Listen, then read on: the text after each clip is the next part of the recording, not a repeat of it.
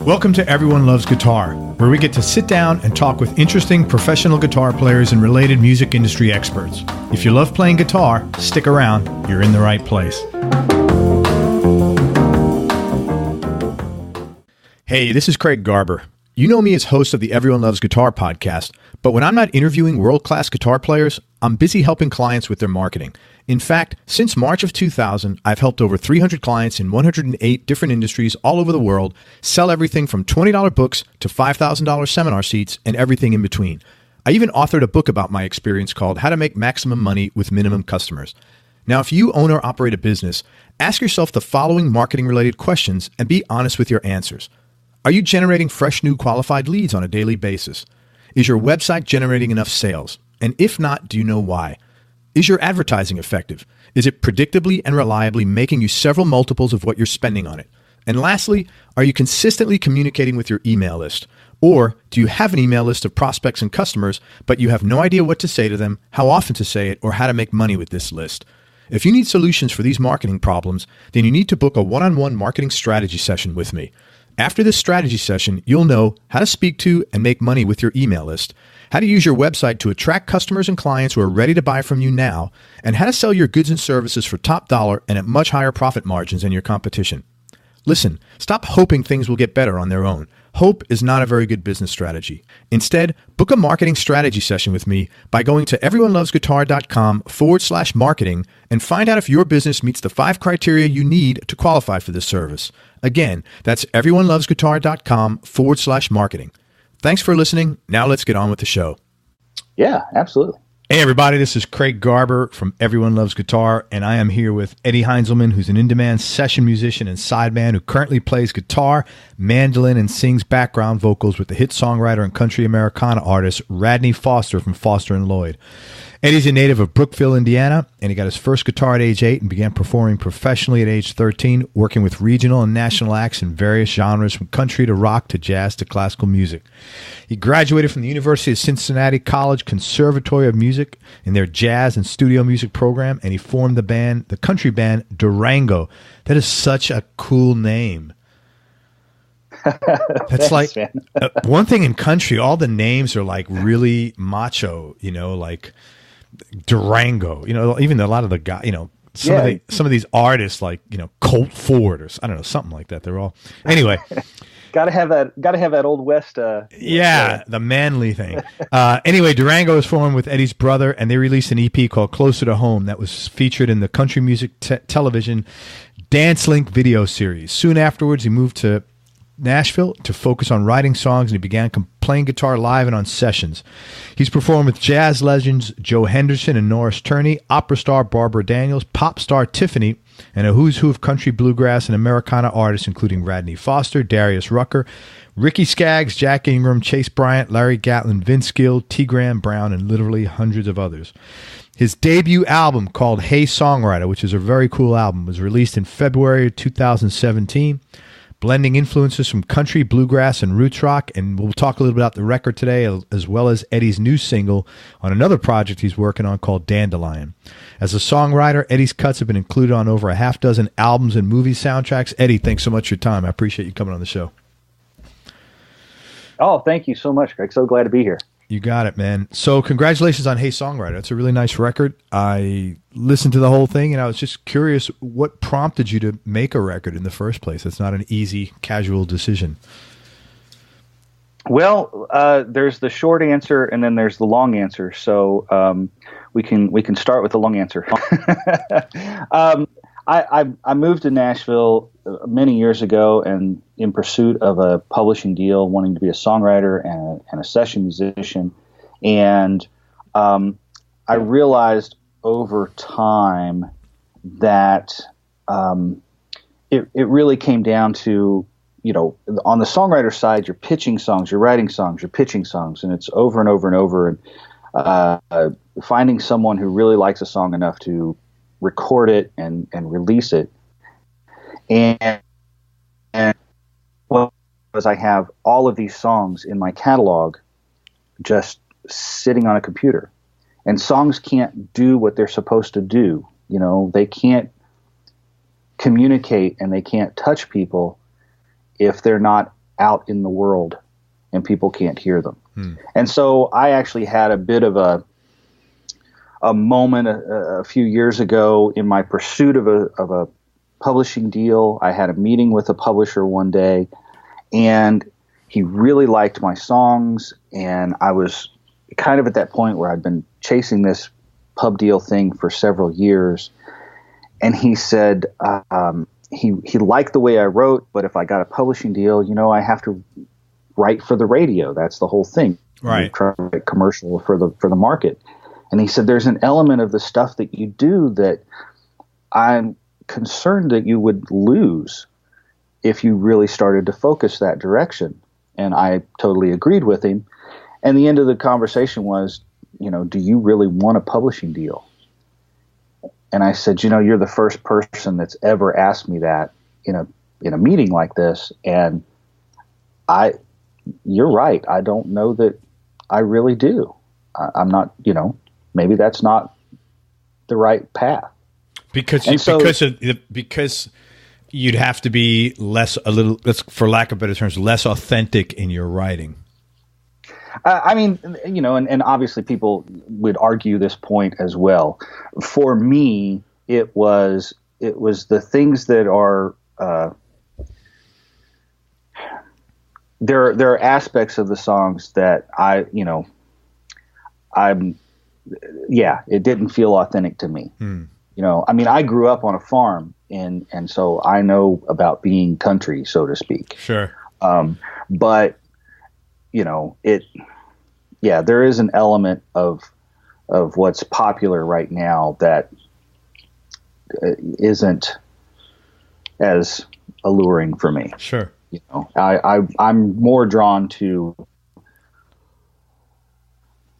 songs that really tell a story, that have deeper characters, even more of a tradition of not necessarily a folk tradition, but influenced by Guy Clark and Ray Wiley Hubbard and Steve Earle and that type of thing. So I had these songs that I had written, and I was like, they're certainly not necessarily as commercial as other songs I'd written, but they were songs that meant a lot to me.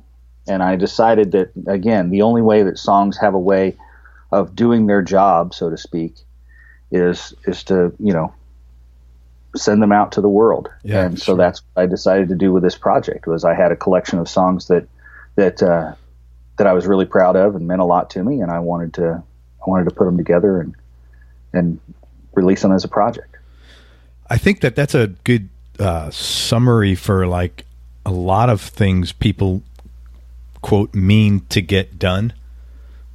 It's like, you want to do this and this, you just got to do it, man. And it's a big undertaking putting an album together. I know that. Oh, and this one took me over 2 years. The one thing was I didn't do any kind of crowdfunding. I didn't do Kickstarter or anything like that. I decided that for this first project, I would fund it all myself. And so over time, that took a little longer as well, because if you do a Kickstarter, you've got the money up front. Everybody, if it gets funded, if it gets funded, yeah. Correct. You kind of have the money and you have your budget, and you can say, okay, I have this much money to spend. Well, I went in with, I have this many songs to cut, and I have an idea of the budget for that, but I don't have the whole budget. Sure. So I went in and cut 6 songs, and then played a bunch of gigs and some more songs. And then the only other thing was, at the end of this, I had 9 songs done. I had the album mixed. I had it mastered. And I ended up writing one more song. And that song was Old Guy Clark on the record. And I played that for Radney and so a couple other people, as soon as I wrote it. And they were like, this has to go on your record. And I was like, well, it's done. Shit. And they're like, no, you've got to do it. So I went back to the studio, recorded a couple more, 3 more songs, added them to the album, remixed it, remastered it. So you did all the mixing and the mastering yourself? Well, I actually Casey Wood, who co-produced the album with me, he did the he did the mixing and the mastering. Okay, it was mixed and mastered really, really well. Yeah. Oh, Casey's great. He's a really good friend. He's also played drums on the album. I mean, he's a great guy. He works with Randy Houser, and he's done the last few Charlie Daniels albums, and he's a really talented producer and engineer. That's awesome, man. One thing I was surprised at, I never met you before this. I mean, we've spoken, but you're a big burly guy, and I'm like, wow, that's like, I didn't expect. Your voice is like really like soft and gentle, and not like, let me clarify, not like an effeminate soft, but it's like really, it's smooth and clean. Your voice is great. I didn't expect that. It's like the words and music don't match almost. I was expecting like a bigger, burlier sound, and shame on me for having expectations. It was great. I mean, I didn't expect like this sweet sounding, gentle singing voice on the record. You do sing? I mean, I noticed you sing for Radney. Is that what you've been doing a long time? Doing background vocals? It's funny. I sit and think about. I started singing in high school in rock bands, so when I was a kid, I wanted to play rock and roll, and my brother had a country band, and so I sort of did both, and I ended up singing background in my brother's band just because there was nobody else singing background vocals, and I really didn't want to sing. Even in my rock band, I didn't want to sing. I wanted to be the guitar player, and let's hire a lead singer. And we just never found one, so I sang by default. And then, again, over the years, that's really become one of the main reasons I get hired. Yeah, I could see. Is the fact that I sing and I play. And, it amazes me a lot of times that there aren't more guitar players that sing. Who only just play guitar, for example, and again, a majority of the gigs that I've gotten are because I can do both, and that's just developed over the years. And my biggest thing with singing country was I didn't really have what I thought was a country voice. I don't have that twang. I don't have that. Your voice was great. I thought you're great. Well, thank you. Well, what I did was my example for that is guys like Vince Gill, mm-hmm. And I realized that what I needed to do is, even if whether I'm playing whatever song it is, rock song, country song, I just need to sing, again, authentic, to my voice, and style, and adapt it. It's great. Honestly, I could see why you get on. Another guy I spoke to the other day just like that is, do you know Chris Rodriguez? Oh yeah, sure. He gets the same thing. He said he gets a lot of gigs because of his singing voice. Yeah.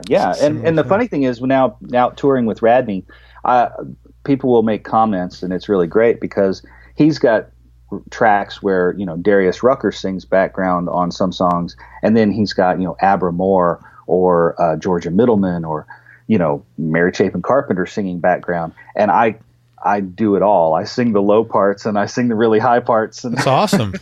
Yeah, that'll keep you employed, man, for sure. Holy smokes, that's awesome. So yeah. Hey, let's talk about some of the songs on your record. And again, it's called "Hey Songwriter." The Threat. I thought there were some pretty powerful lyrics in there about kind of someone struggling with alcohol problems, and I was curious if there's a backstory to that, or is this a personal thing? Like, did you get sober or something? Oh no! Well, it's called The Thirst, right? I'm sorry. The Threat. I don't know why I have it on. No, that's okay. The Thirst. Yeah. It's not me. It does have a very powerful backstory in the fact that, and I didn't really talk about this much before, but my grandfather was an alcoholic and struggled many years, all the years that I knew him, up to his death. And I had always wanted to write a song about him, and this song really took about 15 years to write. And the problem is that I'd sit down and I'd start writing a song and I, 2 lines in, and I'd get stuck, and I'd sit and stare at it and put it away. And then every couple months I'd pull it back out and just stare at it some more, And finally, couple years ago, right as I was working on this project, I started thinking about the fact that because he struggled so much and was such an alcoholic that people just sort of dismissed him, almost like they just ignored him, like he wasn't even there, and that's what really set this off. And then I tell people when I play this live, once I decided to kind of tell the truth, then the song finally came out, and that might have been the holdup of the whole time as well. I don't know whether I wasn't ready to write it or I was trying to write it the wrong way, so to speak.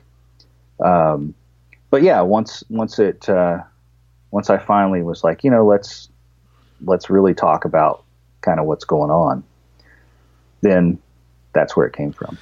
It's interesting because I had a feeling this had to have some basis in reality, because your treatment of the character of the protagonist in the song was very dignified, and much more so, and your empathy, I guess, for his situation. You were empathetic, much more so than someone who either doesn't understand addiction or is coming from a position of resentment or anger. Right. Yeah. So you did a very eloquent job of the treatment of that character in there, and now I understand why. And I could see why it wasn't easy, because it's not easy to do an eloquent tribute to an alcoholic. Right. It's not. Sure. I mean, it's not. Yeah. You got years of bad behavior and disappointment, and none of those emotions are really empathetic or eloquent or even like support anything good. So it's tough to do what you did in there, and I think you did a really good job of that. So. Well, thank you very much. Yeah, I mean, and that's like I said, that's the one thing about songwriting, and being a songwriter is you really have to allow yourself to go there, and that was the take with that too, is it was very emotional, and and I knew the same thing. I knew that once my family heard the song, they would certainly know where it came from, and so it's really hard to allow yourself to be vulnerable enough, and then at the same time write something in a way that is honest and real, like you said, empathetic and conveys the message. Yeah. And you did a great job. I mean, very good job how you explained, the thirst. Off the Hook, definitely my favorite song on the record. It's like a get up and go instrumental. It sounded like you're playing a telly on there, and I was just curious if you were. If not, which guitar were you playing, and what were you playing it through? Actually, that comes out because I was playing. I have an SG, right. A Gibson SG with mini humbuckers. Okay. And so that's the song, or that's the guitar that I'm using on that particular track. Now, I can understand that it definitely sounds telly-esque because the mini humbuckers are not as compressed as regular size humbuckers. They're a little, they almost have like a little hybrid between a P90 sort of single coil and then that humbucker thing. So it's just got a little different growl to it. Sounded great. What were you playing that through? Well, the whole chain is, there's an overdrive pedal that Mad Professor makes called the Cymbal, which is kind of a Dumble-esque sort of overdrive pedal. The amplifier I'm using is a custom one that Kevin Shaw built for me a couple years ago. It's a custom, what they call brown face Fender style amp, which Fender made these amps in the early 60s. They were covered in brown Tolex, and everybody called them brown faces, And so Kevin, it's built to mimic an old Fender, basically. Yeah. And so it was that custom amp and that cymbal pedal for a little boost. And then, of course, the song itself is named partly in connection to another pedal, actually, that Robert Keeley designed that I sort of had a little bit of input on, called the Hook reverb, and that's the spelling of it as well. It comes from that. Which is off the hook, Hooke. Yeah. Very cool. It was the Hook principle of reverb, and so. You know, it's funny. There's so many really good boutique amp places because, like, I like the sound of a Marshall Plexi, like the late '60s. You know, and I'm looking at maybe getting a 50-watt Plexi, but every time I'll not every time, but I'll say that occasionally, and I'll be talking to a guitar player because you guys know a lot more about amps than I do, right? And they're like, "No, go to this guy here. He's you know, he's a boutique shop. All they do is build." And I'm like, okay, but they're all the same. You know, like if you gotta, and I get it if they're all the same prices, because if I got to spend $2,000 to buy it old one or $2,000 to buy a new one, and I've asked around a lot of people, and most people say, buy the new one. You don't have to worry about maintenance. Right. However, now I got the other side of the coin, and I said to someone the other day, I said, well, which do I get? They said, buy the vintage. And I'm like, why? They said, because that's going to continue to go up in value. The new one's going to go down. I'm like, that's a good point, but I'm not buying it to sell it. Right. Well, here's my take on it. Yeah, That's exactly what this amp came from.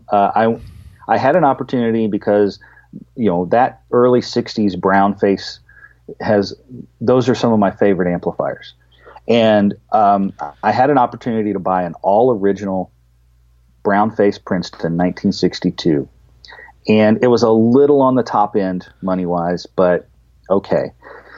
So I started asking around, and I actually talked to Kevin. Kevin's been my amp tech, and I've played his amps for several years and really like his work. And I was talking to him about it. And he said, well, here's the question. If you buy that vintage amp and you want to play it and you're going to start taking it out on the road, or you're going to play it in the studio or whatever, you're going to destroy the vintage value of an all original amp. Because eventually you're going to have to replace the caps, and you're going to have to replace, even you may even have to, replace the transformers down the road because they're already 60 years old, you know? Sure.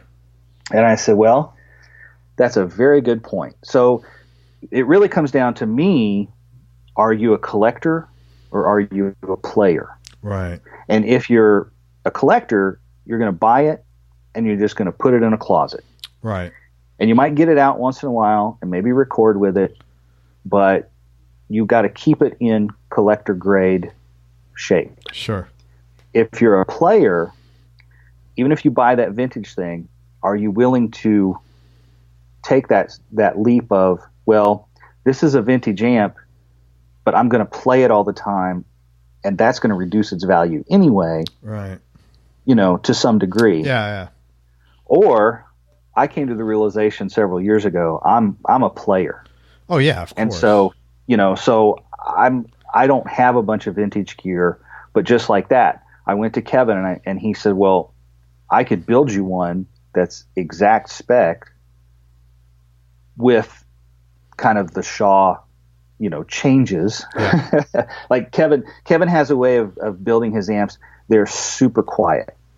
I don't know what he does, but they're super quiet, which is great. So I'm like, well, there you go. Now I don't have any hiss, and plus then this thing actually is a little custom in the respect that the original 62 Princetons were 12 watts, and mine benches in around 17 watts. Okay, so you got a little more juice underneath. It's got more juice. It's got more of everything.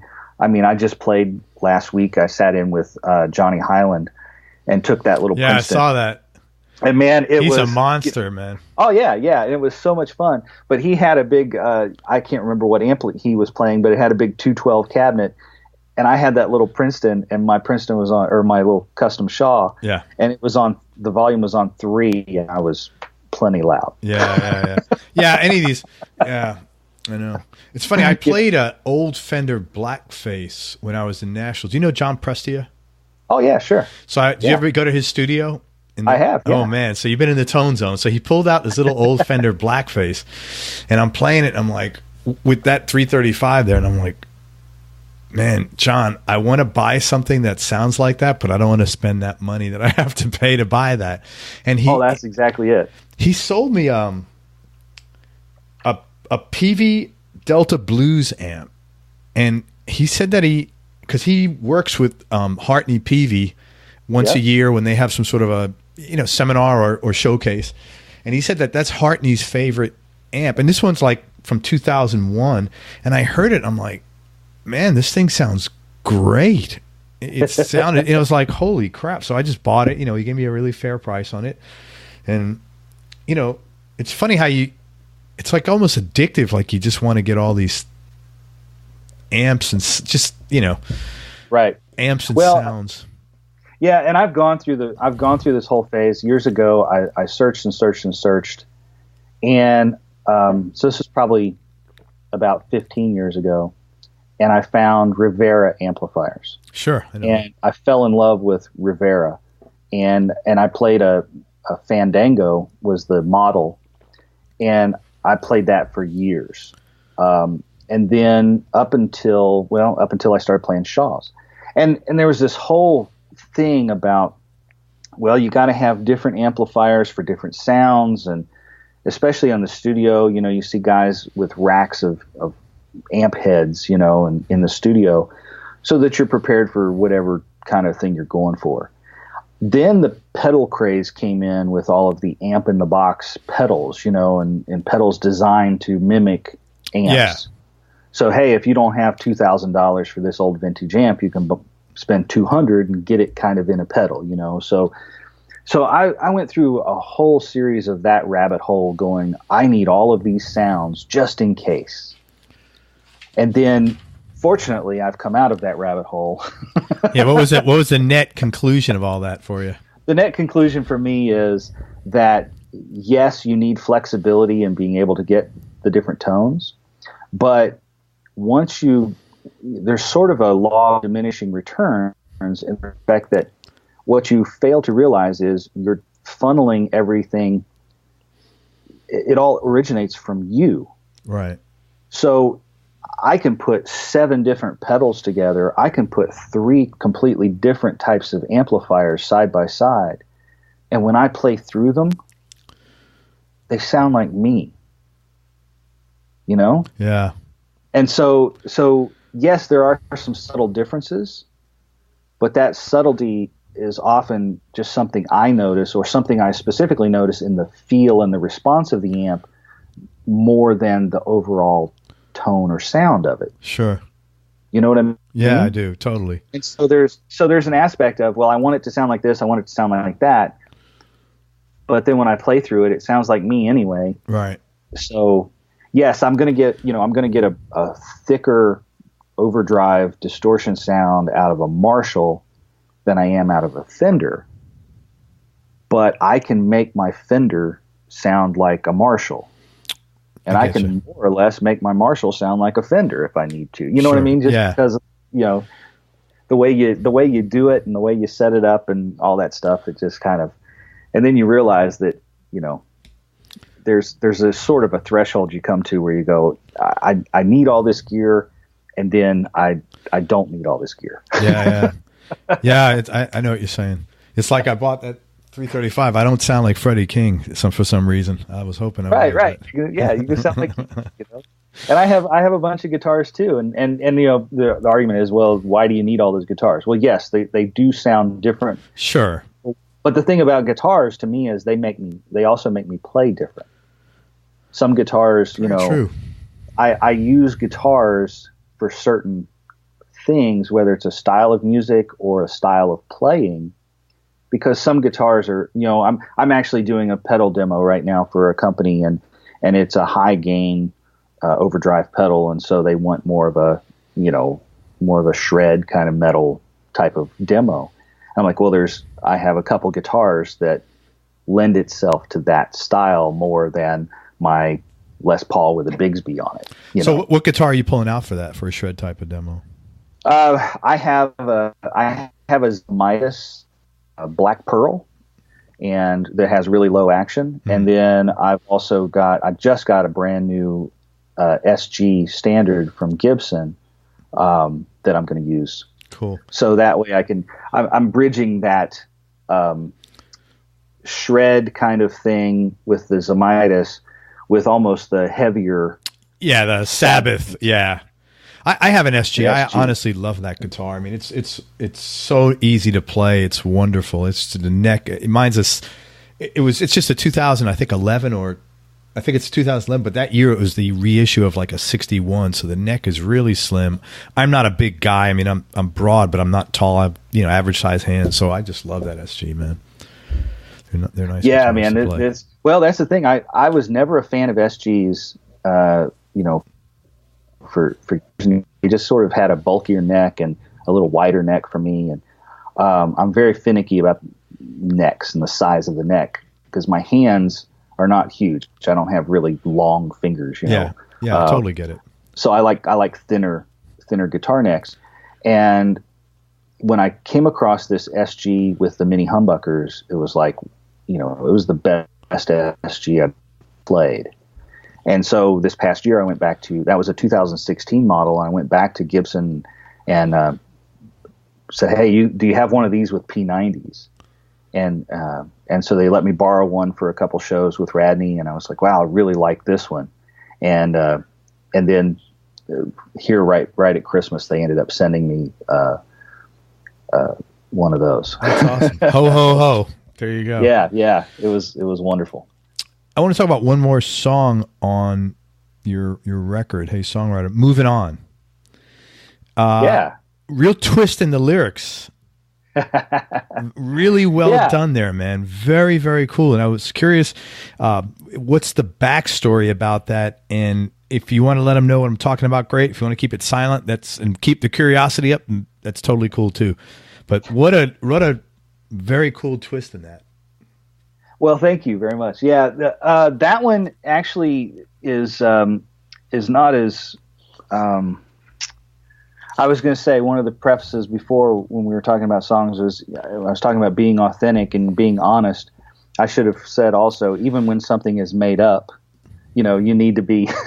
Oh yeah. No, I think everybody knows that. No, I think everybody. I think the meaning of that is understandable. You got to be authentic to whatever you're writing and write to what comes out of you, not to what you think should be coming out to do something, to make a hit or whatever. Yeah. Yeah. So I don't want to give away the twist just because it's totally cool. Such a surprise, I guess. And I'm glad that it does come across that way at the end. Absolutely. That song actually started out, it's kind of a funny story. I'm such a fan of Ray Wiley Hubbard and his writing.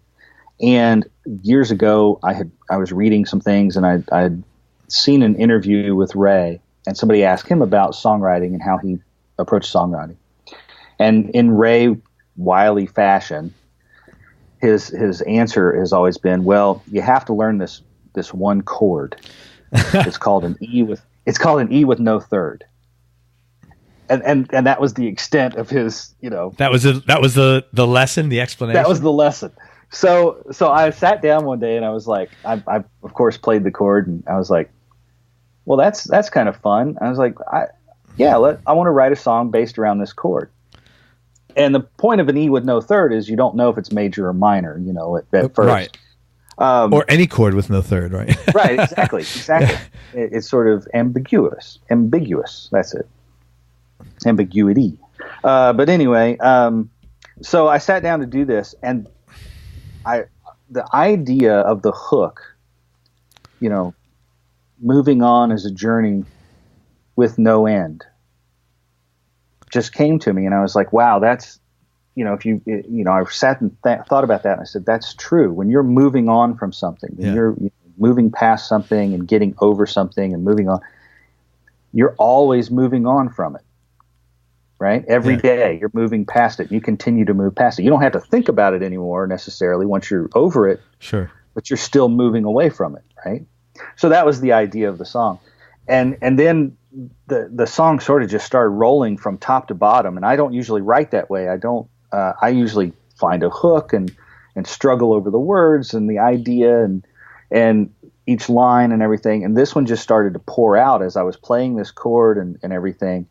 And then, yeah, by the time I got to the end of the song, I was like, oh, I know where it's got to go now. That was really good.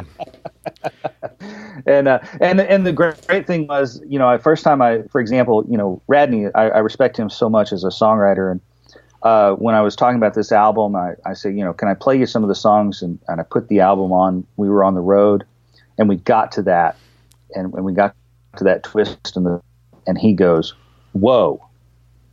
He goes, "I didn't see that coming." Yeah. It's like, great. No, it was good. Really cool, man. It was a really clever song. Thank you very much. I don't know country, so this is a stupid question. I apologize in advance for my ignorance. Is Ray Wiley Hubbard alive? Oh yeah. Man, yeah, you ought to reach out to that guy and let him know. Oh, I did. Okay. I did. Yeah, I know Ray, and as soon as I wrote the song, I actually when I finished the album, I sent him a copy of it. I've met Ray several times. He's a really great guy, and like I said, he's always been one of my favorite writers, and so very cool, man.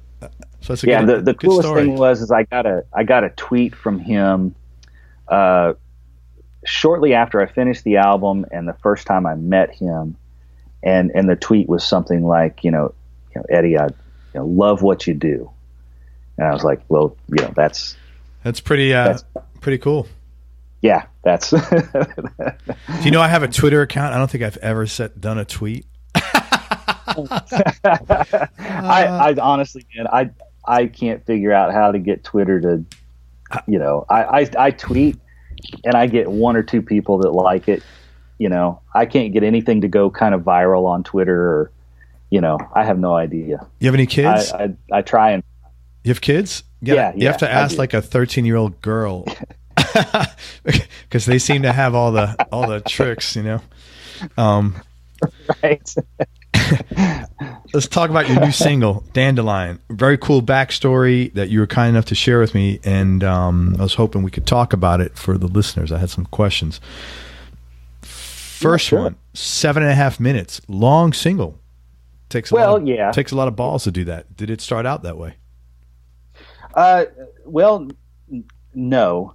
Originally, so the concept behind this was actually the brainchild of a woman named Sherry Smith, who runs a book publishing company called Working Title Farm. And that's the company that published Radney Foster's book that he just released with his CD. So I met Sherry through the connection with Radney. So for the past probably dozen years, Sherry has this project she calls Trio. And what she does is she takes a book, usually a new release or an upcoming release from a selection of authors, about a dozen people, and she pairs up a songwriter and a visual artist. And so the songwriter and the visual artist have to write or create a piece to go along with the book that they are assigned. Mm.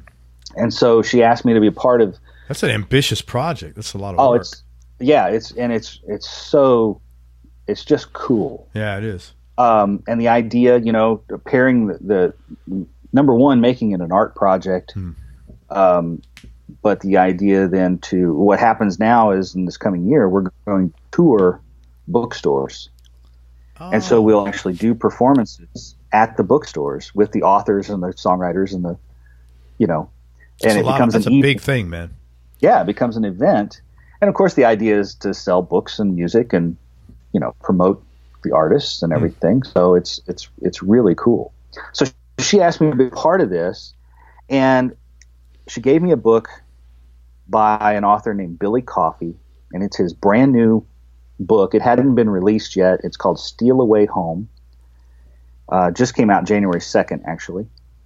And I got halfway through this book, and it just hit me like a sledgehammer to the chest.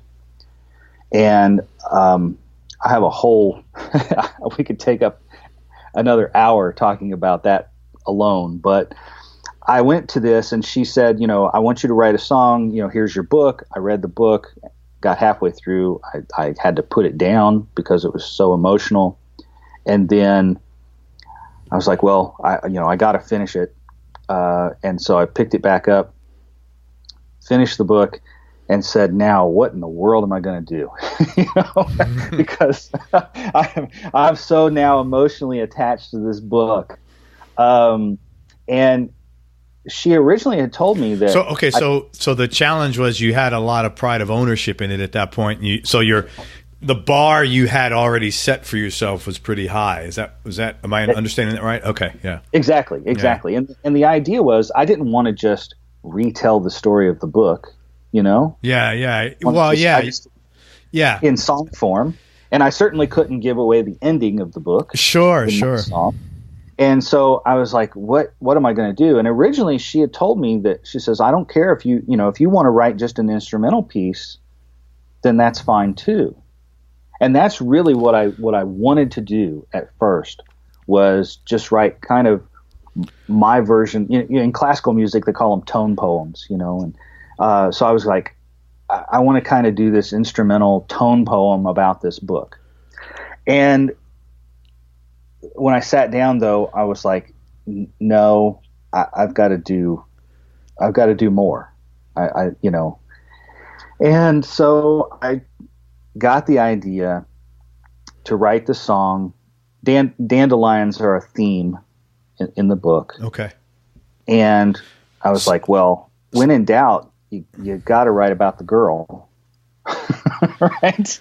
No, let me tell you, this is, I don't want to cut you off. I want you to finish, but I want to just interrupt something to point out to people that are songwriters. What you were searching for was you were looking for strategy at first. I mean, as in business marketing, that you're looking for, I don't know if it's called that, but you were trying to figure out what strategy am I going to take here? And out of the 100 strategies you can use, like, paraphrase the book in a song, write an homage to it, talk about, so you were trying to figure out strategy first, basically, right? Yeah. Well, we refer to the angle, which angle are you going to approach it? Right. And that's exactly it. I was like, how am I going to write? Because again, you're talking about a novel, so and obviously there's a start and a middle and an end, but how am I going to encompass that whole thing in 3 minutes, or what about it am I going to write about? And like I said, I didn't want to just rewrite this. I think the first inclination that a lot of folks would have would be just retell the story. Yeah, Cliff Note summary. Yeah. And I thought, no, this, there's too much in here to try to cover all of that ground. And so, so just like when I sit down, like I said before, when I sit down to write a song, I usually have the hook or the title, the idea that I come up with that first. And then the thing is, you sit there and you look at, like you said, strategy or angle. Yeah. Okay, let's turn this around and look at it. What's the best way to approach this? This is what it seems like, but is there a better way, to twist it or flip it around?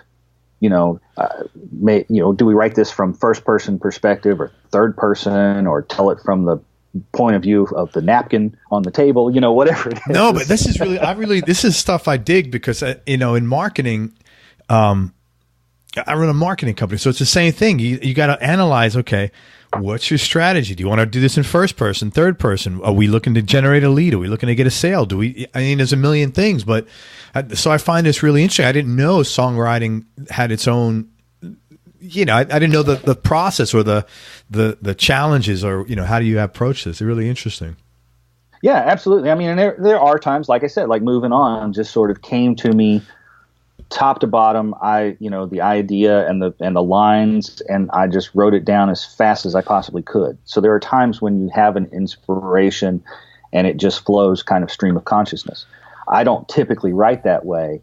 I write from a more methodical, they call songwriting a craft, and that's exactly why, is because you get your hook or your title, or your idea, and you start, forming it and shaping it and looking at it. And then again, you want to get out of its way, so to speak, and not, you want to give the song room to sort of develop into what it wants to be. Sure. And, but you almost didn't really have the freedom to do that, because this is almost more like an assignment, which is a lot tougher, I think, to write a song like you're assigned to do than to kind of, just say, hey, I'm in this mood. Let me see how I could discuss that and see what it looks like.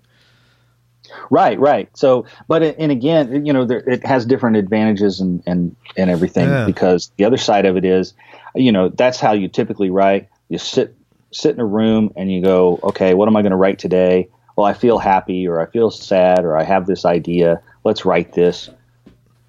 Who knows if anybody's going to, what's going to happen with it. This is almost a kind of, it wasn't really on spec, but it's you're right. It's kind of an on assignment. Yeah. Hey, can you write a song about this, or for this specific project? And I really enjoy doing that. One of the things I've gone to recently is, when I have artists or producers that contact me and go, hey, we're looking for songs for so-and-so. And instead of going, well, here's 5 songs I wrote, 2 years ago that I can pitch you. I'm like, well, let's, where are they at right now? Let's talk about what's in their head, and let's write a couple things specifically aimed at this project. It's a different approach, but I like doing both. Well, I think it's going to be more appealing if you especially look, anytime you're trying to write a song for somebody and an artist, so you're basically trying to take what's authentic to them and help them develop it, basically. Someone said, well, right now I just went through a divorce. Okay, what else is going on? Okay, well, I'm moving. That's a lot. Now to me, look, marketing is all about appeal, right? And making a connection is all about appeal. So now you're giving that opportunity to connect the song with the songwriter. Yeah, absolutely. So I think that makes a lot more sense. Yeah. And so this, like I said, this project it turned out to be, really cool. And so to circle back on, how it ended up being 7.5 minutes, like the answer to this question. No, this is great, man. This is really interesting. It's all good. Has been that. So I sat down and I started to write the lyrics to the song, and I just here in my home studio, I recorded, some tracks and, started fleshing out the song. And honestly, I sat down and I said, I still wanted this instrumental piece, and I'm kind of, bummed out that I don't have an instrumental segment to this. And I said, well, I'll just extend the guitar solo or something. And I was like, yeah, but that's not the same thing. I actually sat down to record an acoustic track, just acoustic rhythm guitar under the rest of the song. And as I was testing the microphone and checking levels and sounds, I came up with the first little segment of the acoustic piece that you hear. And I was like, oh, well, this is kind of cool. And so I just sat there and then fleshed that out. And of course, really what it does is it repeats twice through, and I thought, you know what, this is actually what I want to do, because it reminds me of songs from my past, something that like Jimmy Page would do, or the guys in the Black Crowes would do, or other, like the intro to Crazy Over You with, or Crazy on You by Heart. Yeah. There's the instrumental at the beginning, the acoustic thing, and then it breaks into the band. And I was like, that's what I'm going to do. And so then I didn't separate them into two pieces. Right.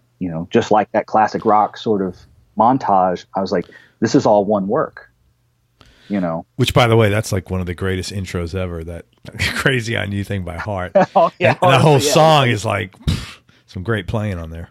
Oh yeah, absolutely. So that was, so that became the concept, and I was like, especially since this was more of an art project, I was like, well, there's no radio restriction here. Just do what you want. That's really cool, man. And I'm assuming they were very happy with it. Oh, yeah. The response it's gotten so far. The Billy Coffey, the author, posted something on Facebook. His book came out last week, and he posted something on Facebook about the book, but about my song that went along with it. That was incredibly touching. And other authors, have also made comments and posts on Facebook with the same response, that the song makes them cry. It's great. Hey, let me ask you a question. Is this a potential niche? Are there authors / publishing companies out there willing to pay? Oh, I lost you there for a second. I'm sorry. Sorry. Are there authors / publishing companies out there that are willing to pay for this? Is it a potential new market gap thing where now, I got to get a book, I got to get a cover, and of course I got to get my song. I don't know. I'm just saying this is how shit like this starts. Well, Billy's got one. I'm serious. I mean, you mean you don't have a song? Well, right. I mean, it really is. Again, it's something that Sherry came up with several years ago. And like I said, she's been doing it for a dozen years. And now what we'll do is, like I said, we'll, each month or, every month at least, a couple times a month, it will tour through, bookstores through the South. And so yeah, I mean, I don't know why other folks haven't maybe. Dude, go grab it. Booksongs.com.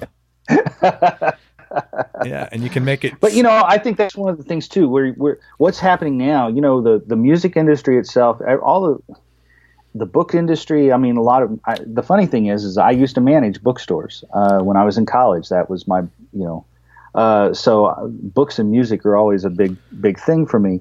Both of those industries, have slowly, taking a hit, diminished, over the years. And so I think the whole issue now of people trying to figure out how do you still make a living as a creative, as a songwriter, as an author, because more and more, there's just a gap. You're either in the top 1%, who are the huge stars, or they're the disparity between the one. They're that middle class, so to speak, of creative, being able to make a living is tougher and tougher. Is very tough. Yeah. And so it's just trying to find ways to expand on what you do. I mean, I look at it myself. My dad used to have a saying as I was growing up. He'd say, "Don't get too many irons in the fire," and don't overcommit yourself, right? And now, you can't have enough irons every fire. Yeah, you can't have enough irons in the fire. Now, all my buddies are pretty much entrepreneurs, and we're all like, we need plan B, C, D, and E, and everybody's always looking for other projects. Because the other thing is too, and this is very true in creative, and I had this conversation with somebody else today, you don't know what's going to work and what's not. So, I mean, you can do 5 things. You don't know that all 5 of them are going to work. Maybe none of them will work. So you got to have a 6th lined up right behind that, and, sure. And it's very unpredictable. Well, that's the thing. I mean, I had a lunch meeting yesterday with a friend of mine, and that's what I told him. I said, I pursued publishing, a publishing deal for so long as a songwriter, and it just sort of never happened as such. And then presented with the road work, touring as a guitarist for people. I mean, that's something I've done all along as well, but all of a sudden that's where more of my focus has been, because that's where the revenue is. Yeah, that's paying your bills. You got to eat. Yeah, I can perform and make make a living that way. Yeah, and I still write and do other things, but if I sat home and just wrote songs without a publishing deal or someone paying me a draw, I mean, that's. Yeah, you'd have a new topic to write about poverty. Exactly. Now, every guitarist I've spoken to, everybody's got a bunch of stuff going on. I mean, and some guys have 2 or 3 businesses, and guitar playing, even though they kind of play full time, isn't even their, that's not even their main gig, because everybody's, you got to eat, and it's a tough competitive thing out there nowadays, for sure, man. Oh yeah, absolutely. And that's like, I'm playing with Radney, and then in between when we're off the road doing my own shows, trying to launch this a YouTube channel. I'm trying to record and do sessions for other people, play gigs with other artists. I mean, yeah, it's kind of a nonstop shuffle. Do you know Chris Condon by any chance? Yeah. Okay. Chris said something on an interview that I'll never forget, and this is probably 100 interviews ago. He said, Craig, the hustle is always on. And that is true, man, because he's got a bunch of stuff. He's got his guitar company, his pickups, blah, blah, blah. Everybody's got to have something, man. Yeah. I mean, that's the thing. It's a never ending, I'm a slave to my calendar, so to speak, in the respect that I have, everything has to be scheduled out, to do this, and tomorrow I'm going to do that. And, the next day I'm going to do something else. And then it's a matter of, where do I have a hole so I can squeeze something, wedge something else in. I totally get it, man. I'm with you there. Just a couple of quick questions on Dandelion. Is that a slide, or is that a pedal steel, or is that just you mimicking a slide? No, that's a slide. Yeah. Okay. So now on that guitar, I used Telly for everything, for the rhythm track with the tremolo, and then the lead guitar track, and then the slide is my Zamitis guitar. I'm sorry, that I use for the slide as well. I had a question about the tremolo. What tremolo is that? Was that a pedal, or is that from the amp? That's actually a pedal. So that is again the hook.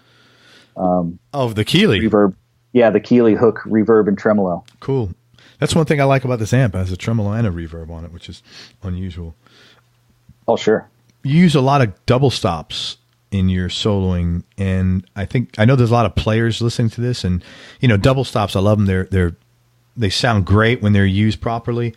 And can you discuss double stops as a technique for guys like me who play but struggle using them? Sure. I do use a lot of double stops. I have a wide range of influences. Guitar and non-guitar related. My primary, country influences are Clarence White and Albert Lee, and those were the two at the beginning that really, I really copped onto and have influenced me a lot. One of the things that I love about Clarence's playing, he does a lot of pedal steel like bends. But from his bluegrass background was the way that he would play chords and almost solo at the same time when he was with the Byrds. And so that influence is what I've melded into the double stops that I use so much.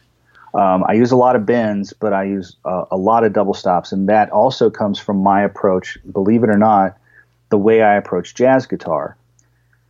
One of my big influences in the jazz world is Jim Hall, and Jim was a player who would play 2 or 3 notes, chords, and almost do it like counterpoint, like classical counterpoint.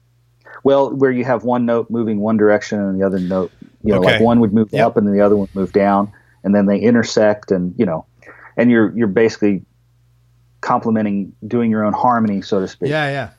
So that's kind of my approach with double stops. Is I'm thinking of everything I do when I'm performing and when I'm soloing is based around melodies.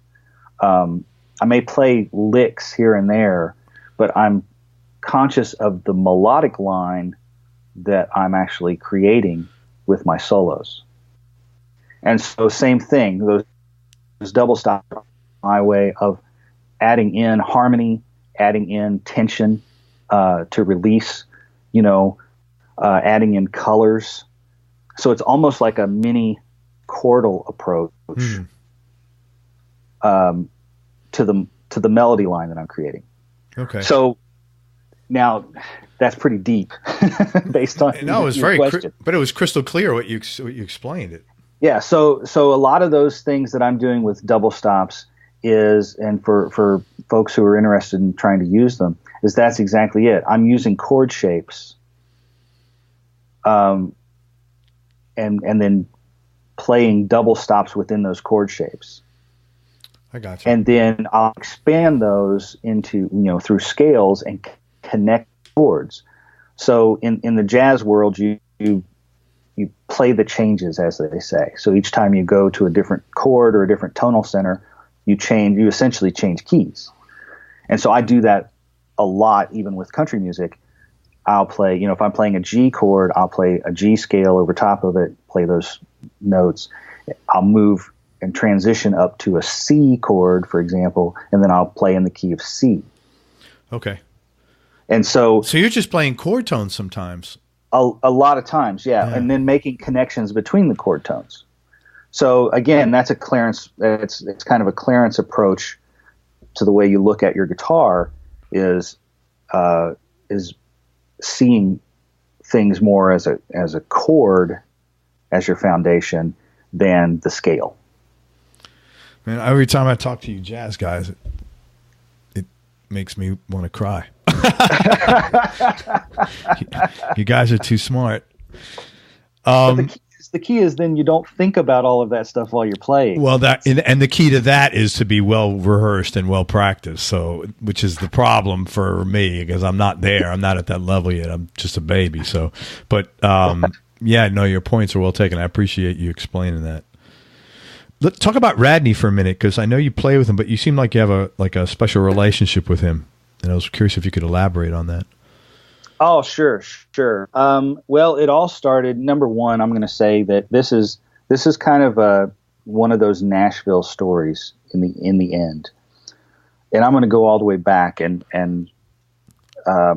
when I was 16 years old, I was playing in a band with my brother, playing in a country band, and an album came out called Foster and Lloyd. And at the time, again, it not to be so trite, but I was a rock and roll guy. My brother was a country guy. Mm-hmm. That's exactly what Foster and Lloyd was. And you had Radney Foster, who was from Texas and who was definitely had country roots, and you had Bill Lloyd, who was from Kentucky and had real pop leaning roots, and the two of them together made this really cool team. And then down the road, of course, like Brooks and Dunn, you sort of have the same kind of thing. You have these duos that are put together, guys with different influences, but they come up with something that's pretty cool when they work together. So we covered Foster and Lloyd songs. Then Radney went solo in '92, and we started covering Radney Foster songs. And then, Radney had hits with Keith Urban and other folks. So Radney has always been a songwriting kind of influence and hero of mine. So about five and a half years ago, I'm sitting at home working on a project, writing a song or something by myself, and I get a text from a friend of mine, Jessica Ray, who was playing fiddle in Radney's band. And she says, and all the text says was, "Can you fly to Texas and play 2 shows with Radney Foster?" Wow. And I immediately sent back a text saying yes. I didn't check a calendar. I didn't call my wife. I didn't, Yeah. Nothing. Yes, whatever I have to do. Yeah. to do these gigs, yes, count me in. Yeah, just yes.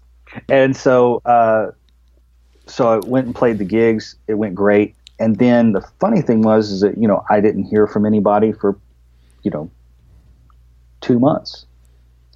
And I thought, oh, well, hey, I got to play with Radney, one of my heroes. He was a great guy. That was a lot of fun. So cool. And then, about eight weeks later, I get an email from his wife saying, "Hey, we've got more shows. Can you do these?" So after that next run from Radney's wife. Yeah, from Radney's wife. Okay. Yeah. Hey, we've got more shows. Can you do them? And basically, I was just subbing, and that was one of the things that that I was that was my thing, is I was the sub guy.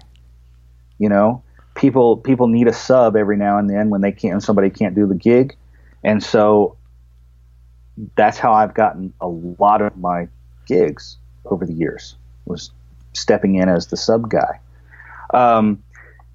And so that was this. And then after that next set of shows, then Radney said, hey, if you want to play, the gig is yours. Because the person you were subbing for, it didn't work out, and they were just moving on? The other guitar player was moving on to another artist, is what it was. So it was kind of this transition period. And so, I stepped in and I started playing with Radney. And now, spending all this time together, and about a year and a half ago now, I took over as his road manager. And so, but we've really developed a friendship as well, of course, being together so much. And how long have you been with him? Technically, it's been 5 years calendar-wise, but this is like we're going into our 6th touring season. That's great, man. That's great. So, yeah. Congratulations. That's a good story, man. Oh, thank you. Yeah, and so that's what I mean. It ends up being that I never thought in a million years as a teenager, that I'd end up working with, somebody that I had looked up to like that.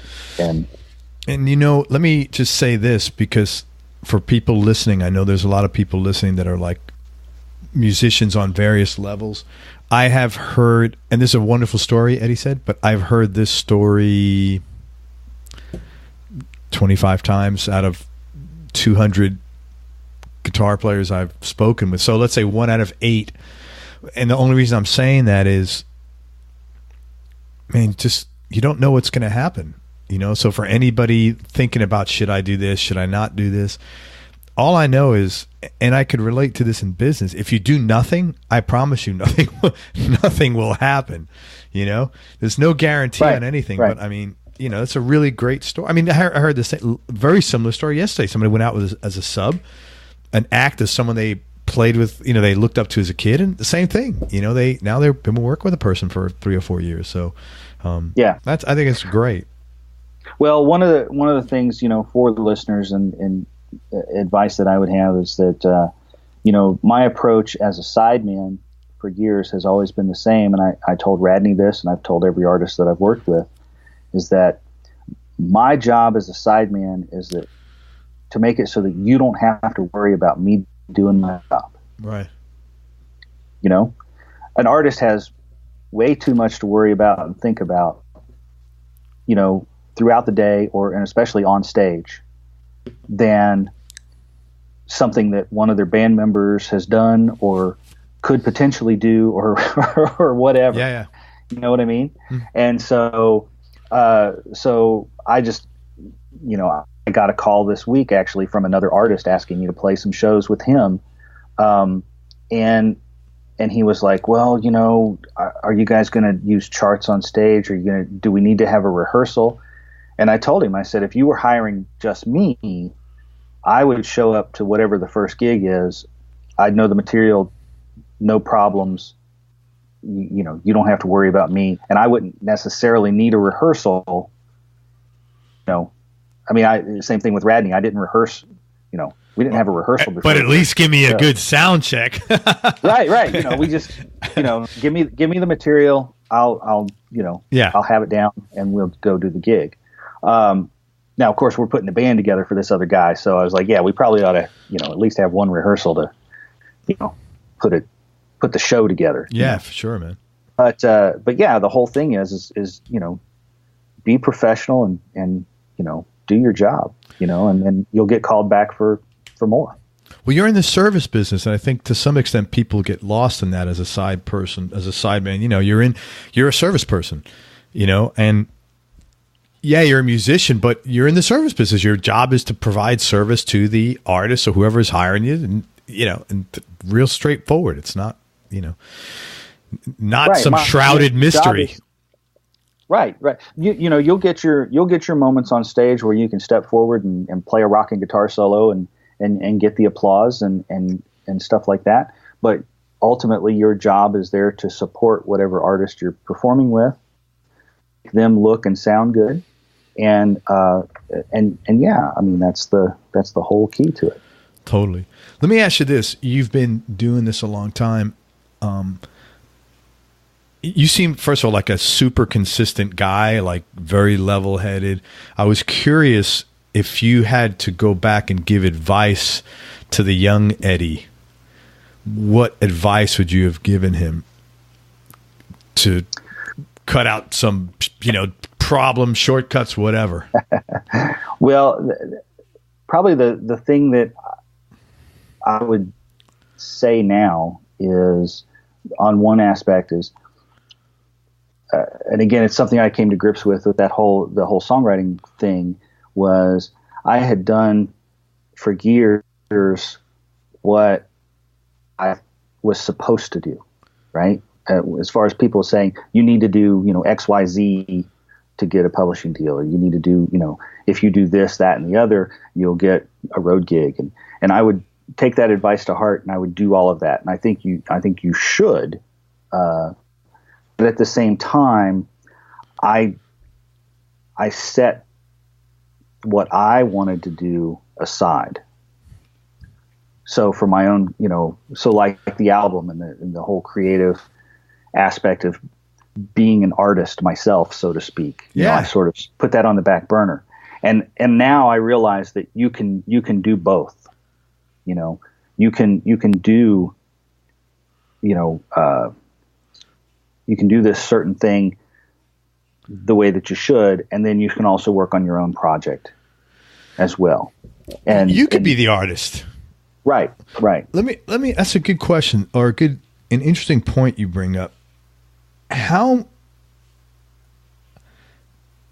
as a consultant, a lot of the things that I do sometimes is just give someone permission to do something, not in like a condescending way, but like, people aren't sure if it's the right thing, or, how much of, because I got to believe what you just said. I believe you're not the only person who's thought that through.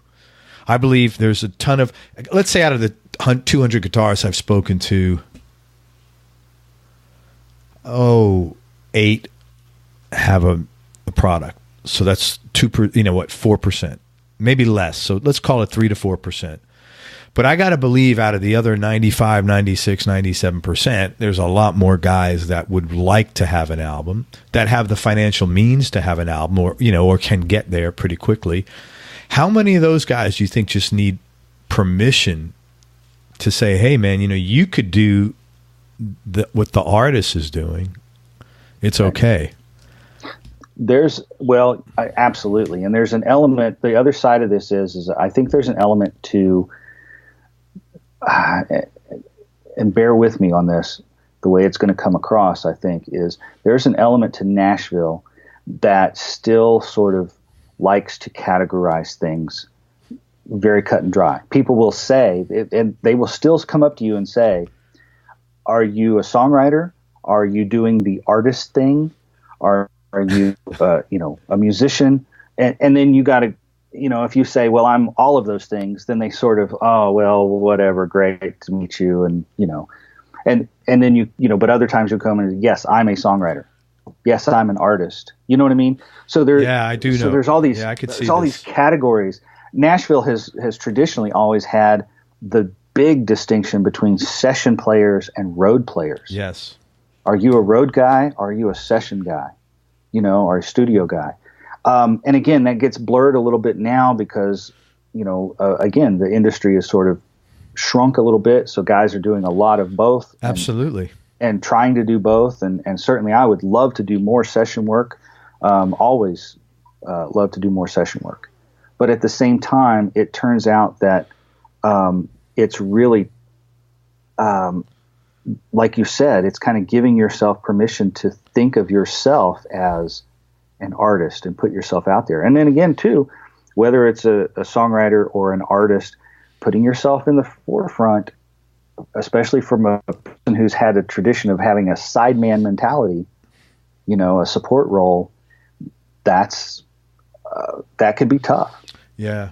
It's the reason what made me think of that. It's the same in business because, like I said, I've done a lot of consulting, and I, in my book that I wrote, years ago, I said something like, because a lot of people want to go off and like do their own. It's the same thing. Information products, they want to be the guru in something, and I always just say, hey, listen, man, the expert fairy is not knocking on your door, coming through there and gonna freaking anoint you anytime soon.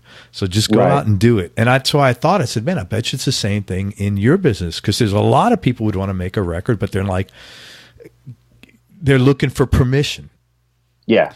So that's why, the 4% or 3% of the guys like you who have done it, man, I have my hats off, because you not only did you do it just from an effort standpoint, it's a lot of freaking work, but you got a financial investment, an emotional investment, and you broke the mold sort of and saying, fuck it, I don't really care how somebody else looks at me. I want to do this, and I'm doing it. Right. Yeah, exactly. And that's the exact same attitude I had. Is like, I went back to the bands that influenced me, in the Eagles and Zeppelin and the way they made records, and I was like, man, that works. Write a bunch of songs, make an album, put it out, go play some shows, write the next bunch of songs, make an album, put it out. Why haven't I been doing this for the past 20 years? Right. And yes, there's a cost factor. You think, oh, it's so expensive and this, that, and the other. But at the same time, it's like, well, there's no rush. And like my next project, I actually have studio time already booked in February. Awesome. I'm going to go in and record 6 songs. So, that way I'm not going to wait for an entire album's worth. I'll go ahead and put out 6, and then I can write the next 6 and put those out. Well, there's always a cost. There's a cost to doing it, and there's a cost to not doing it. Which one of those costs do you want to pay? You seem like a guy that pays very close attention to yourself, and you seem like you have a good level of awareness in your environment around you. I was curious, what's something that you might have learned about yourself along this journey? Oh, that's a really good question. And because that's also the way I approach things. I sort of take a very Zen like approach to, success is in the work and the and the importance is the journey. The art is in the creation, not, is the art in the putting brush to canvas, or is it the painting that hangs on the wall? Yeah. Right? Totally get it. And so I definitely take that approach of trying to be in the moment and focusing on the, good and bad, what's happening, but try to be very much in focus of what's happening in the moment of the thing that I'm creating. Playing a song, I try to be very, into that song and play for the song, so to speak. If I'm writing a song, I'm focusing on that song. But that's what I said before, my calendar and everything, I jump around so much because I'm scheduling and this, that, and the other, and jumping from one thing to the next. But at any given time, I'm trying to stay very focused on the aspect that I'm doing. And I find that approach that's the lesson I've learned for myself, is, again, that's where I find a measure of satisfaction and success beyond to me what are, most people think of as success. So you've learned for yourself. If that makes sense. You've learned that the journey and what you're getting out of it is more important for you than the particular outcome. Or you search for lessons you search for meaning in the journey versus tying all the meaning to the outcome, which definitely fucks you up, because if it's not a good outcome, or then if the outcome doesn't meet the expectation or the desire, then you feel like, oh man, this whole thing's for naught, which is not a good feeling. Right. And it's this kind of weird thing where I believe that everything that we do in the past, again, good or bad, has led us. every choice we've made has led to me to, this discussion with you, 100%. And so that way too, I'm not hung up on things in the past. Yeah. And I'm also not, it's not that I don't plan for things in the future and think about things in the future, but I try really hard not to get hung up, on things in the future. And like that aspect as well, getting to perform for someone in front of people, whether it's 300 people or 20,000 people, it's not that one is more important than the other. Yeah, I totally get that. Yeah, I totally get that. I'm pretty similar. The other thing I like about when you're able to take stuff in, there's less of a victimization in there. Like bad things happen to everybody, but if you're able to say, okay, what was my role in this, then you're less of a victim. And you carrying responsibility means that you can also avoid it in the future and get out of it, And I like that. I hate feeling like a victim ever. Well, and my whole thing as far as the career aspect goes, it's funny. I just did a video on my YouTube channel about goal setting and my approach to goal setting for the year, and that's really my approach too. Is I'm very much about taking an active role in yourself. No one else is going to do it. Right, exactly. But being active and not passive. Not like the whole term in Nashville is, hey, are you going to make it? Right. Well, making it is not something that happens to you. Yeah. Right. Making it is something that you do create, that you make happen. And so it's that kind of concept, and so I'm always trying to focus on that as well. It puts the emphasis on doing things more so than, worrying about things or planning things that never happen. Yeah. Try to keep that as my focus. I agree with you. So it's funny. And that's I think like with raising kids, I always had that as a priority, to let them, that's why you can't do too much for your kids, because they think then they're sitting around waiting for, I don't know, maybe a job to come to them or dinner. I don't know, but that wasn't, I was always like determined to let my kids do shit themselves. I mean, when they were age appropriate, not obviously as young. Oh, children. Sure. Yeah. But yeah, absolutely. It's all about taking, and like I said, an active position in your own state of being. Imagine that. Something or someone you miss from your childhood, Eddie?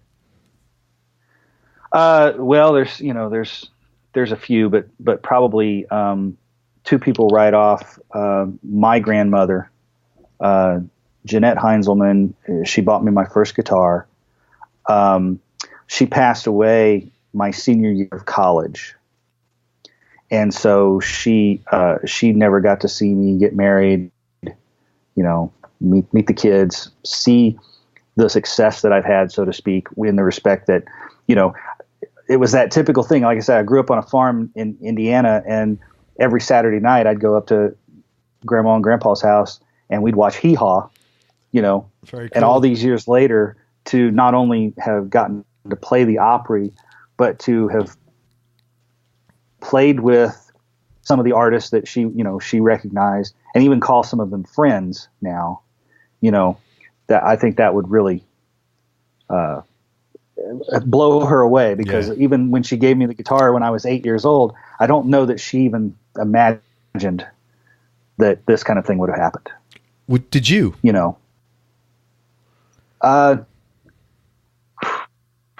No, not exactly. When I was a kid, I always wanted to be. I always said, I wanted to be I knew from, early age that I wanted to be a musician, and I always just said, all I ever want to do is be able to make music for a living. So in that respect, I mean, have I had dreams of, playing Madison Square Gardens and stuff like that? Sure. But at the same time, I don't know that I ever thought like I said before, that I would be, really good friends with some of the heroes I've had over the years. Sure. Let alone, get to play with them or perform with them and that kind of thing. Cool, man. But the other person, I would say real quick, the second person. The other person that I miss is two people really. It's my wife's grandparents as well. And her grandfather lived to be 100 years old. No, Wow. 101. I'm sorry. And he was just really sweet, and her grandmother as well. They were kind of like really supportive of you being a musician. Yeah. That's great. so many other. It's so funny, the whole music thing, so to speak. And you go, hey, I want to be a full-time musician. I'm going to go to college for music, and everybody. And there's so many other family members and friends that are going, yeah, what are you really going to do? What are you going to do for a living, or what are you going to have to fall back on, kind of thing. And they were like, they were two that were like, no, go for it. That's great. That's cool. She's from you guys from the same town? Yeah. We actually, we met in high school. So that's it. So you've been together long. How long have you been together with your wife? Golly, I got to do the math. We have been together 32 years. Man, God bless you. Congratulations. That's awesome. That's really cool. We've been married. It's going on 23 this year. Congratulations, man. That's 32 years, a long time. Wow. Yeah, thanks. Yeah. We waited to get married until we were both out of college. But yeah, I've known her. We've been together since I was 15 years old. That's fantastic, man. Y'all have kids? We do. We have 2 daughters. Very cool, man. Oh, you must have done something bad to have 2 daughters, though, man. That one I got almost killed me. Let me tell you. No, they're really great girls, and I'm very blessed. That's nice, man. Congratulations. 32 years is a long time. Hey, so tell me something about yourself people would either be surprised to hear or would find a little odd. Let's see. A couple things. Maybe I'm a certified mixologist. Wow, that is awesome. You must get invited to a lot of parties with that freaking. Wow. When I first moved to Nashville, again, I was playing music. I was working a day job, and my wife was in college, and I drove limousines. I'm also an endorsed. I have one of my chauffeur endorsement. But trying to make money, as well as playing music, I went to bartending school, and I used to be pretty fast at. One of the tests was, how many drinks could you mix in 8 minutes, and I think I mixed. My record was 23. How many ingredients in each drink? There had to be at least 2, I think. Well, that's pretty good still, man. 2 ingredients in a drink, 23. So that's 20 seconds each. Yeah. I can't do that anymore. I mean, I'm off my game now. Yeah. Wow. Yeah. Now it would really be impressive if you could drink 23 in 8 minutes. Wow. Someone once told me that that's always a good, to get your bartending, to sort of become a certified mixologist. They said there's pretty decent money in that if you're able to do that pretty well. Well, there wasn't for me back then. I could never really land the gigs that paid really well, but potentially yes, there can be, depending on where you're bartending and all that. Mixology, but that's the whole big thing. Everybody, you remember the movie Cocktail, right? Of course, yeah, of course. All that, shaking stuff and throwing it around. I mean, that's all part of it too. And I used to be able to the layered pours and light stuff on fire and but stack glasses and pour it all. But that's pretty impressive. That is cool. But yeah, that might be the coolest. That might be the coolest answer I've gotten to that question. Actually, that's pretty cool. Well, I mean, one answer I got was I really like washing dishes. Not as cool as I'm a certified mixologist. What's your non-musical superpower? Maybe that's it. That being a mixologist. That might be it. I don't know. That's pretty impressive. That's a really, I don't know. That's a tough one, man. I may just have to say mixologist. Good. No, I tell you what, my superpower is I can parallel park like nobody's business. And that's interesting because you grew up in a rural place where you probably never had to parallel park. Oh yeah. But man, I can thread a needle. So where did you learn this skill, Eddie? Since you mentioned it, now I got to find out. I think just doing it over and over and over everywhere. Number one, the secret is have a small car. I drive a Honda Civic. Okay.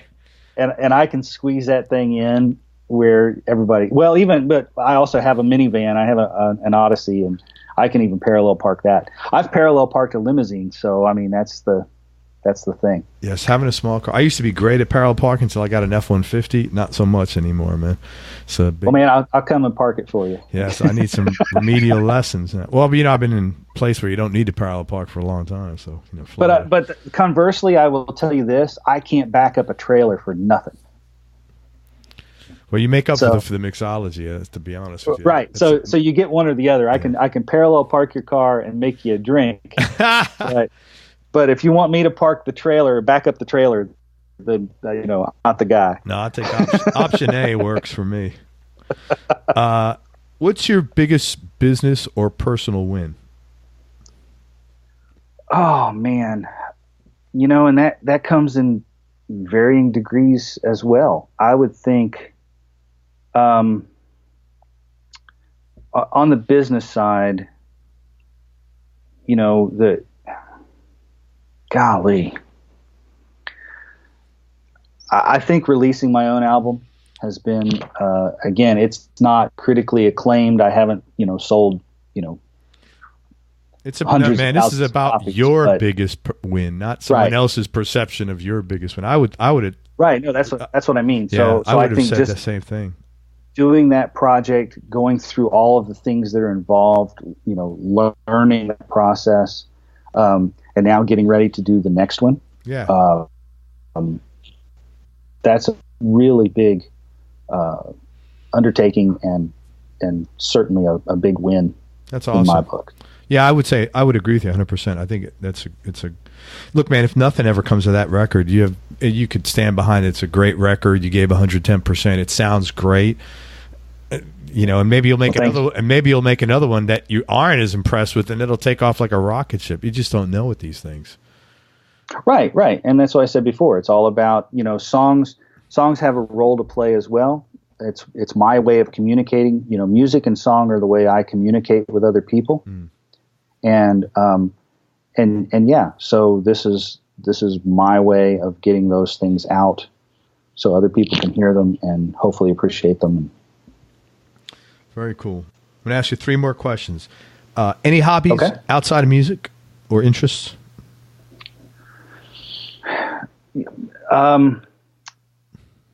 Not a lot. Music has pretty much been my thing since I was 9 years old. I really I enjoy hockey. I like watching hockey. You go to the Predators games? Oh yeah, absolutely. And so hockey's a pastime, but I'm not really a sports guy. I'm not really into football or that kind of stuff too much, but hockey I'll definitely get into. I really like to read, although majority of what I read are like, music biographies and things that are sort of music related. And honestly though, I like to, even though I don't do it very much, I like to be outdoors. I like to, and this probably stems from just, again, kind of growing up on a farm, that kind of connection with just being out in the woods or hanging out, somewhere, and more of a serenity thing than anything else, just. What kind of farm did you grow up on? Was it an active farm? Yeah. Well, it was a family farm. So we had, our family had 116 acres, and then it connected to my grandfather's farm, and he had 130 acres. So we had, 240, 250 acres. That's massive. And it's it's a pretty good sized farm between the two. And we grew livestock. My grandfather raised hogs and dairy cows, and then we raised beef cattle, and then we also raised tobacco back then. And so, it was a year round, all the time. Yeah, that's a difficult. Commitment. That's a very difficult business, man. I don't envy anybody who had to grow up on a farm. Yeah, and then unfortunately we ended up selling our farm back when in the 80s when things went really south for farmers. Yeah. And, my grandfather's farm, we actually just sold it this last year. So. Do you know? I spoke to 3 guys this week that live in that grew up on farms. Do you know a young kid named Casey Wasner? Sorry. I'm not sure if I do. He's producing and playing on Robin Ford's records and just wow. for Keb Mo. Him and I'm pretty sure you know Rich Herring. Oh yeah. Rich grew up on a farm. Yep. Have you ever had a specific experience that changed your life or maybe altered the way you think about things? That's really deep, man. This is not the show where you ask if you're playing 9s and 10s, man.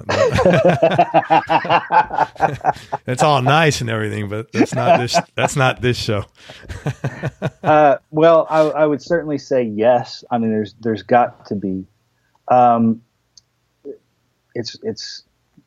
But really being able to come back to that question. Maybe this was the question I should have said at the beginning. I wasn't sure about. No, it's a personal question too. It may be something that you had that was just too personal. You don't want to discuss on a national friggin' podcast. Right. No. I don't think it's too personal. It's just, I mean, there's almost kind of a given, and I don't mean to sound dismissive with that, but of course, the birth of my children, I mean, is very, very profound. And the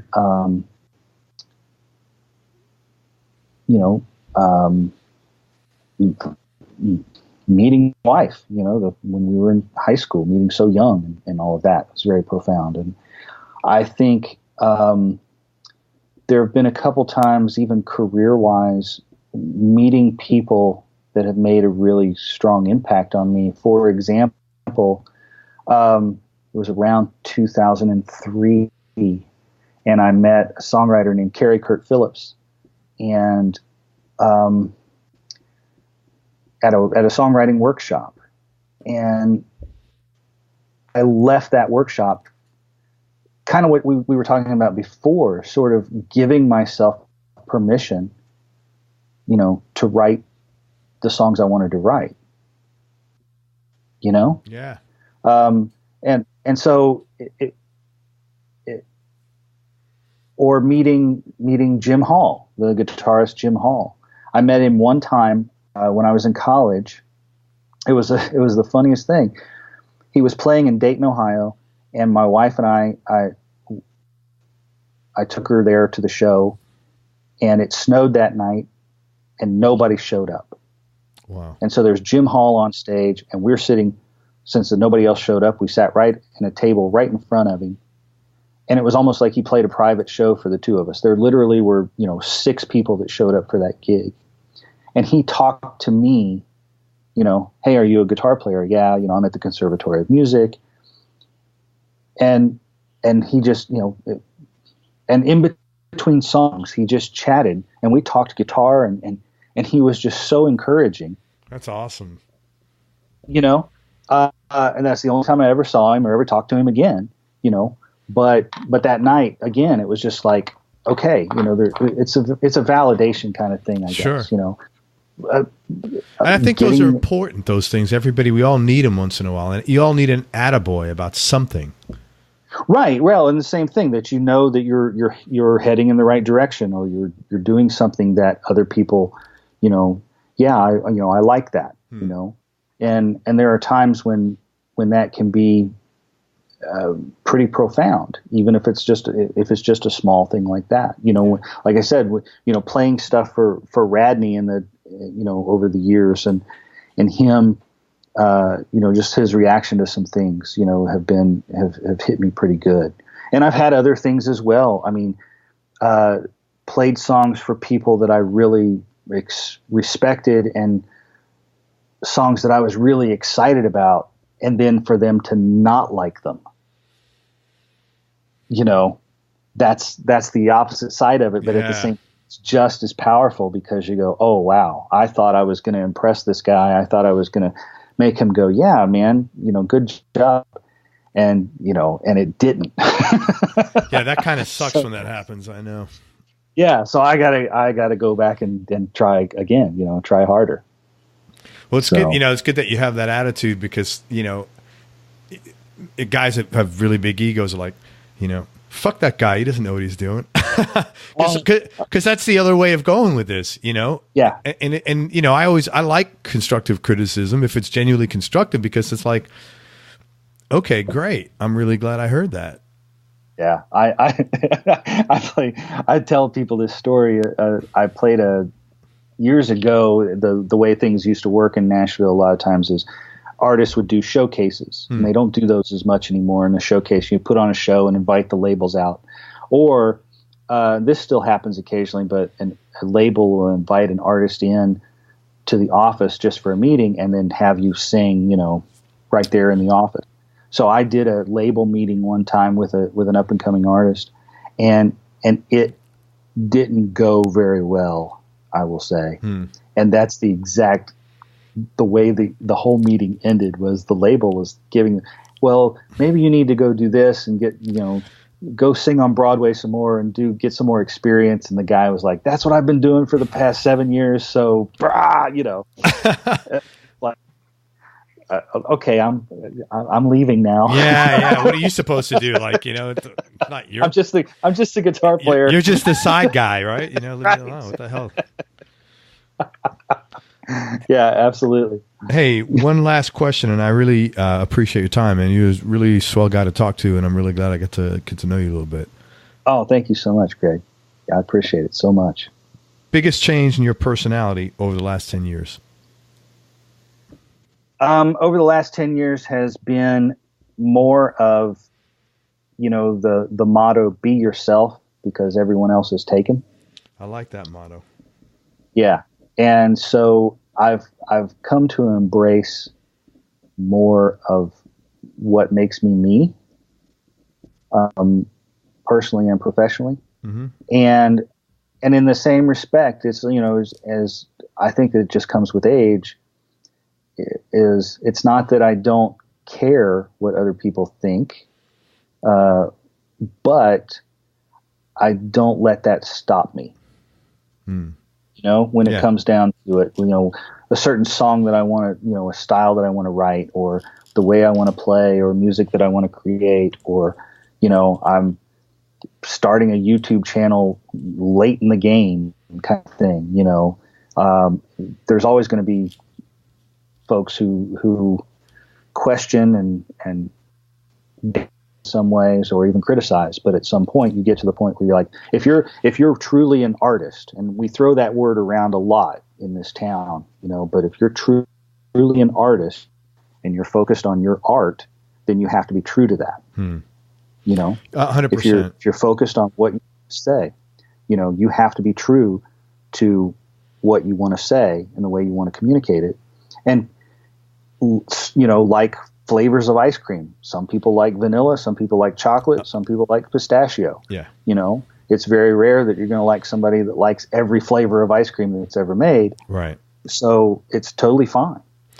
Somebody thinks that way. I always say, you can't make your wife happy 24/7. So how are you going to make everybody else happy 20? It's just no, it's not possible. And I've been with my wife for not as long as you, but 25 years, and we, I have a great relationship, lucky, very most amazing thing in my life, but I can't make her happy all the time, and she can't make me happy all the time. So how the hell can you expect to go on a platform on the internet and make everybody happy? It ain't going to happen. Right. So I think that's the thing, be yourself. everyone else has taken and focus on that. You don't know this, but I just recently, I think this week, I started searching for a quote in the conversations I have, and that's going to be the lead-in quote when I promote these. Because I said, usually I write something. I said, man, I want to have something. I'm meeting all these interesting people. Let me put something interesting they say. And you waited till the end, but gosh darn it, you gave me the quote. I can open up. You're never too late. You saved it for the very end, but you delivered, Eddie. I'm very happy. Thank you. You made my job easier. Listen, with that in mind, with your YouTube channel, let me tell people where they can find you online and consume and buy your music. All right. First of all, it's Eddie Heinzelman, Heinzelman, Eddie, Eddie, of course. The name of his new record is Hey Songwriter, and the latest single off his new project is called Dandelion. Hey Songwriter is available on iTunes and all the other usual places. Dandelion is available on his website, which you can get to eddieheinzelman.com, or Cousin Eddie Music, which is spelled Cousin Eddie Music. You got to look that up if you can't figure it out. He is on Twitter and Instagram at Eddie H Music. All right. And he's on, YouTube. Just look him up at Eddie Heinzelman. Again, I'll spell it. It's Eddie and then Eddie as opposed to Eddy. Heinzelman, Heinzelman. What a proper Midwestern farming name. You know that, right? That is like very quintessential. Oh, absolutely. Absolutely. I used to joke with people and say Heinzelman's my stage name because Humperdinck was already taken. Yeah, man. It's all good. Any parting words of wisdom, man? Man, I think just that. Be true to yourself. Create without fear. That's the other key. Is if you're going to go into this business, if you're trying to write songs, then you have to really cage the fear, so to speak, and not let that prevent you from taking action and doing something every day for your career, but also for yourself. Personally. Now you gave me two quotes. Now I'm like at a quandary because I like that create without fear as well. Eddie, it's not making things easy. Oh, I've got more, man. I've got more. No. Hey, listen, man, I really appreciate your time. Thank you for so much for all your stories and for being so transparent and for being such a good guy. And I'm excited for all the new music you're going to come out with. And I will check out your YouTube channel and subscribe myself as soon as we get off this call. Awesome, Craig. Thank you so much. I appreciate it very much. You're welcome, man. Hey, everybody. Thank you so much for listening. I hope you enjoyed this interview as much as I did. Thanks so much again to Eddie Heinzelman for spending time with us. I certainly appreciate it. And go to everyonelovesguitar.com. Sign up to get notified about future episodes along with some cool stuff we're coming out with soon for guitar players. Be nice, go play a guitar, and most important, have fun. That's what we're all here for. There's no do-overs. So till next time, peace and love, and I am out. We hope you enjoyed this show. If you did, subscribe to the Everyone Loves Guitar podcast, and you can do this online at everyonelovesguitar.com or on iTunes. And if you like the show, please leave us a 5-star positive review. The more 5-star reviews we get, the higher our show ranks, and higher rankings mean we get to continue speaking with cool, interesting guests on our show. We'll see you on the next episode, and until then, keep playing your guitar and have fun making music.